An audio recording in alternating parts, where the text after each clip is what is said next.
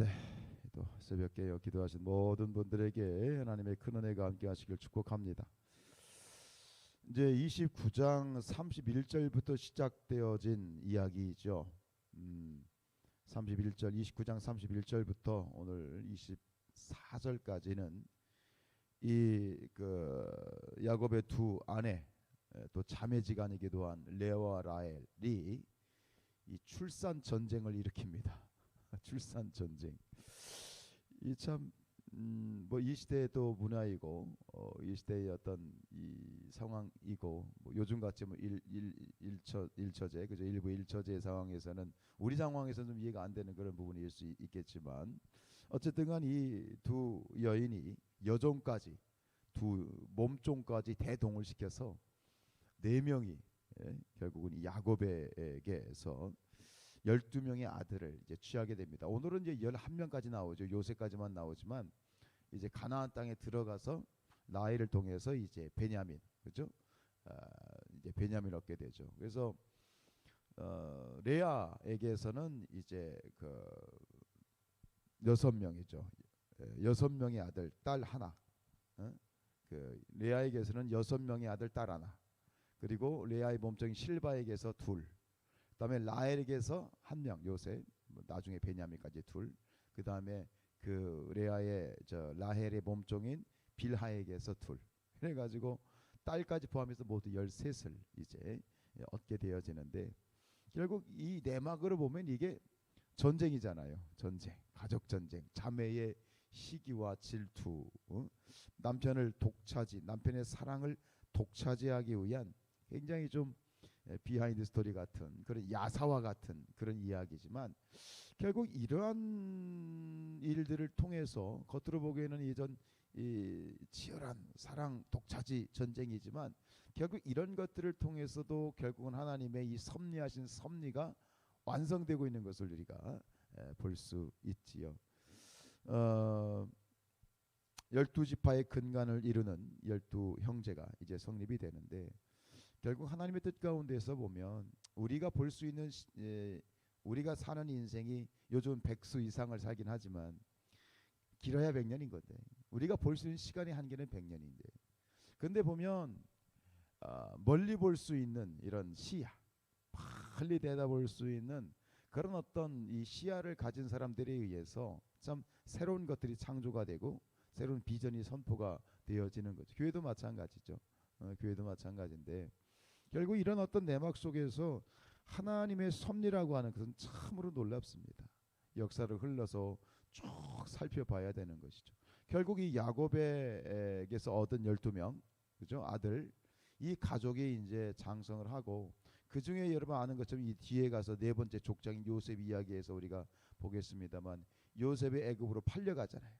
참 인생이 기구해지잖아요. 형들한테 배신을 당하고 형들에 의해서 인신매매를 당하고 가가지고 감옥에 갇히고, 뭐 인생으로 보면 참 이 모지로도 이렇게 모지를 수가 있나라는 인생이지만, 결국 그 요셉이 애굽에 내려가서 하나님의 또 섭리 가운데 국무총리가 되고, 그리고 나중에 이 그 요셉이 꿈을 꿨던 것처럼 7년 대환란이 그 근동 지역을 엄습하였을 때에 결국 야곱과 70명의 가족이 요셉에 있는 애굽으로 피신을 하게 되죠. 그리고 그 들어갈 때는, 애굽에 들어갈 때는 70명이었어요. 야곱과 70명의 가족이었어요. 근데 430년 후에 나올 때는, 들어갈 때는 70명이었는데 나올 때는 몇 명이 돼요? 여러분, 20세 이상 된 남자만 몇 명? 60만 명이 되는 거예요. 들어갈 때는 일개 가족이 들어가지만, 좀 큰 가족이긴 하죠. 들어갈 때는 가족이지만 나올 때는 민족이 되어 나오는 거죠. 여러분, 이집트는 하나님이 이 선민 이스라엘을 번성케 하는 인큐베이터 역할을 했던 거예요. 근데 그때는 알았겠어요? 당장 보이는 건 흉년이고, 당장 보이는 것은 형들의 모함이고, 지금 당장 보이는 것은 여자들의 사랑 전쟁이잖아요.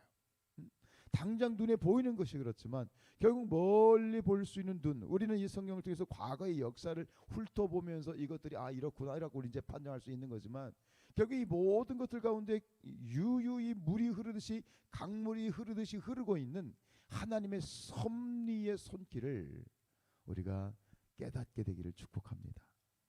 이런 역사가 중요한 건 뭐죠? 과거의 역사를 보면서 미래를 바라보라는 거예요.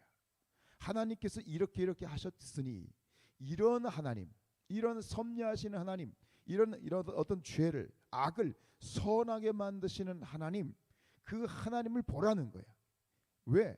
앞으로 너의 삶 가운데서 눈으로 보기에는 말도 안 되는 상황들, 억울한 상황들, 힘든 상황들이 벌어질 텐데, 그것이 전부가 아니라 그 속에서 믿음을 가지고 언약을 가진 자들은 과거에 그러셨듯이 너의 인생과 너의 국가의 인생 가운데서도 하나님께서 그렇게 이끌어 주실 것이다.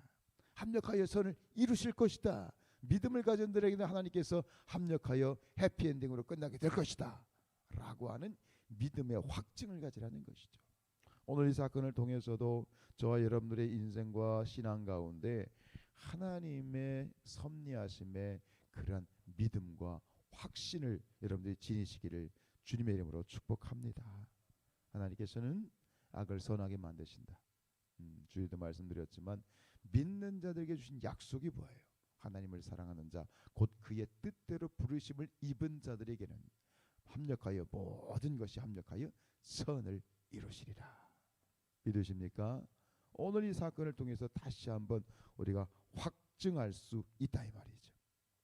자, 이 사건이 이제 통해서 하나님이 이스라엘 12지파의 근간을 지금 이루어 놓으셨어요. 결국은 하나님이 생육하고 번성한 땅에 충만하고 하나님의 선민 이스라엘에 대한 어떤 기초를 여기서 세우는 아주 매우 중요한 장면을 보았는데, 25절 이하에 보면 또 우리가 잘 아는 사건, 이제 14년을 삼촌 외삼촌 라반을 위해서 이제 헌신을 하고 이제는 분가해야 되겠다, 독립해야 되겠다, 떠나야 되겠다. 그래가지고 외삼촌 라반에게 떠나야 되겠습니다. 그랬더니 이 라반이 한단 말이야. 왜 그래? 뭐 서운한 거 있어? 내가 잘해줄게. 더 있자. 이렇게 하는 거야. 인간적으로 이 라반은 야곱의 외삼촌이에요. 우리 관계를 봐도 아버지 쪽 형제들하고 어머니 쪽 형제들은 틀린 것 같아요. 제 개인적으로 볼 때는. 할머니도 귀하지만 왠지 외할머니가 더 친근하고, 삼촌도 좋지만 왠지 외삼촌은 좀 더 어머니 쪽 가족들이 뭔가 좀 있는 것 같아요. 근데 이 외삼촌 라반이 철저히 조카 야곱을 이용해 먹잖아요. 아주 교활하게 이용해 먹어요. 착취죠. 참 이게 인간 세상이지요. 돈 앞에, 재물 앞에, 이권 앞에, 물질 앞에 이게 배견할 수 있는 사람이 없어. 조카를 그렇게 철저히 착취해 먹습니다. 그런데 결국 이 일 후에 야곱이 그렇게 얘기를 하니까, 라반이 얘기를 하니까 야곱이 좋습니다. 그럼 우리 다시 계약을 맺읍시다. 앞에서는 이 사랑의 눈이 멀어서 라헬이란 여자 때문에 14년을 일했던 거야. 여자 하나 때문에. 근데 결국 이제 후에는 재계약을 하면서 야곱의 반전이 시작이 되잖아요. 야곱의 반전. 그러면서 아시는 것처럼 이제 좋습니다. 삼촌. 이제 양을 제가 양과 염소를 치는데 점 있는 것이나 아롱진 것은 제게 주십시오. 그러니까 라반이 좋다. 그리고 라반이 교활한 라반이 한다는 짓이 뭐라고 어떻게 했어요? 그날 계약을 하고 난 다음에 자기들 소유 중에 아롱진 거나 점 있는 것을 다 걷어다가 자기 아들들한테 주잖아. 그러니까 야곱에게는 뭘 줬다는 얘기야? 그냥 그 단색, 아롱지거나 점 있는 것은 안 줬다는 얘기야. 그리고 그 거리를 사흘길을 떨어뜨렸어요. 뭔 얘기냐? 아예 차단 원점 봉쇄시켜가지고 내 거는 없어. 막 이런 식으로 머리를 또 굴리는 거예요. 참 이런 삼촌 참 힘든 삼촌이네요. 그죠? 그런데 야곱은 오케이 하고 사인합니다. 좋습니다. 받아들입니다. 왜 그럴까요? 야곱에게는 신의 한 수가 있었어요. 신의 한 수. 그리고 당시에 뭐 여기 나와 있는 방법들, 나무의 껍질을 얼룩덜룩한 나무를 만들어서 그 앞에서 새끼를 베게 한다. 이것은 당시의 그 문화에서 이렇게 통용했던 그런 문화라고 해요. 근데 과학적 근거가 있나요? 이게 과학적 근거는 없는 거예요. 그냥 어떤 자기들의 어떤 방법이지요. 근데 여러분, 야곱의 신의 한 수는 그런 나무를 갖다 깎아가지고 얼룩덜룩하고 그 앞에서 이 교배를 시키는 것이 그게 신의 한 수가 아니야. 야곱의 신의 한 수는 뭐예요? 하나님이셨다. 하나님이시다. 응? 그래서 이미 이 야곱에게는 이 베델 이 삼촌 집에 오기 전에 베델에서 하나님을 만나고 그 베델에서 하나님을 만날 수 있는 이 언약이 있었던 거잖아요. 그게 28장 14절 15절에서 하나님께서 베델 언약에서 이렇게 말씀하셨어요. 내 자손이 땅의 티끌같이 되어 내가 서쪽과 동쪽과 북쪽과 남쪽으로 퍼져나갈지며 땅의 모든 족속이 너와 내 자손으로 말미암아 복을 받으리라. 내가 너와 함께 있어 내가 어디로 가든지 너를 지키며 너를 이끌어 이 땅으로 돌아오게 할지라. 내가 내게 허락한 것을 다 이루기까지 너를 떠나지 아니하리라. 이게 신의 한 수죠. 여러분, 우리 인생의 신의 한 수가 무엇입니까? 우리 인생의 신의 한 수는 오직 하나님이시다. 하나님이시다. 믿음의 주요 온전케 하시는 우리 주님을 바라보십시다. 눈을 들어 날마다 주님을 바라보시며 나아가십시다. 우리에게 있어서의 신의 한 수는 오직 만군의 여호와 하나님 한 분이시다. 그 하나님 바라보시며 또 이 해가 또 며칠 남지 않았습니다만 이틀 남았습니다만 이 해도 그렇고 다가오는 해도 그렇고 오직 하나님 안에서 우리의 삶이 주님의 하나님이 언약하신 것처럼 그 약속이 성취되어지는 저와 여러분의 삶이 되시기를 주님의 이름으로 축원드립니다. 기도하시겠습니다.